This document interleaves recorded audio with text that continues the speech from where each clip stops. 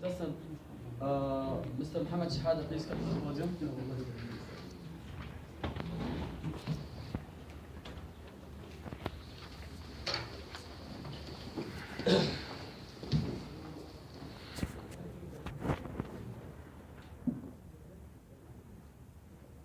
you.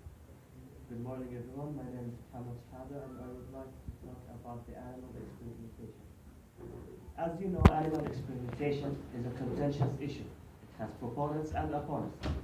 The proponents of animal testing say that it has enabled the development of numerous life-saving treatments for both humans and animals, while the opponents say that it's inhumane and cruel.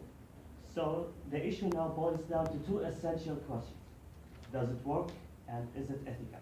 The first answer is easy to answer. It's yes, of course it has enabled. You see, antibiotics, insulin, vaccines, many cancers, HIV treatments,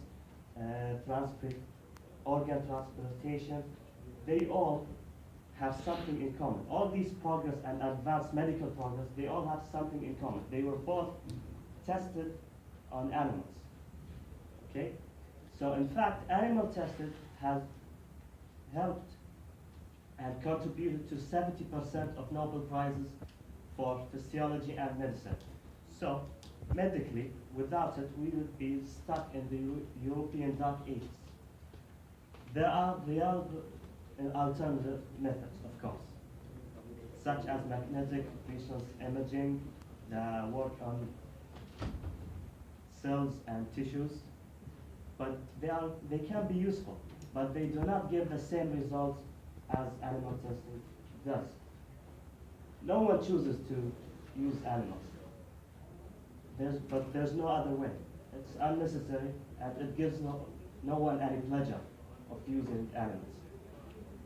But yet, it's still the best way of finding out that this treatment is effective and healthy and doesn't harm the human or animals.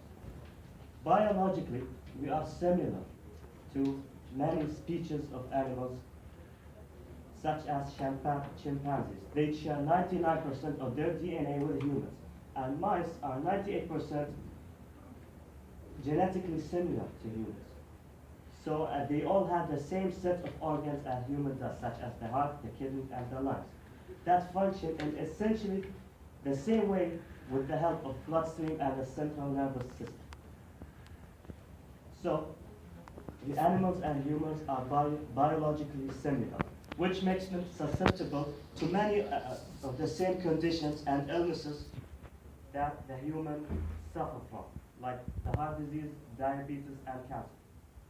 Far from being ashamed from this research and this way of research, we should be really proud of our scientists, because medical researchers are not just a bunch of lunatics who enjoy torturing animals. They are compassionate, humane people who carry out their work with great caution and consideration. They do everything they take, and they do every effort to minimize the suffering for animals as well. Finally, I would like to say that there are many incurable diseases out there, for example, Alzheimer's and multiple sclerosis. They shatter lives. If we are to have any hope of treating such incurable disorders like these, medical research needs every tool at its disposal for everyone's sake, and that must include animals.